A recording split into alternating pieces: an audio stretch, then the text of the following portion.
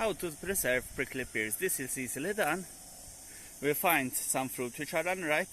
These one usually turn a bright red. So what we do? We cut together with the leaf. So we grab a leaf and we cut straight up and hang it in somewhere shady and fresh, with a lot of fresh air, a cool place.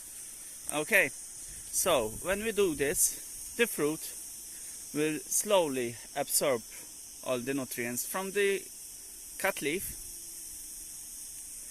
and they will continue to develop slowly.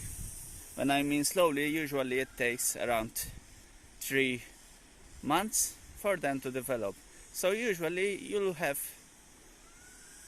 prickly pears in winter, which is not common.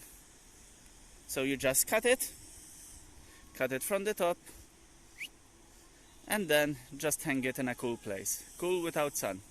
Okay, it's simple as that.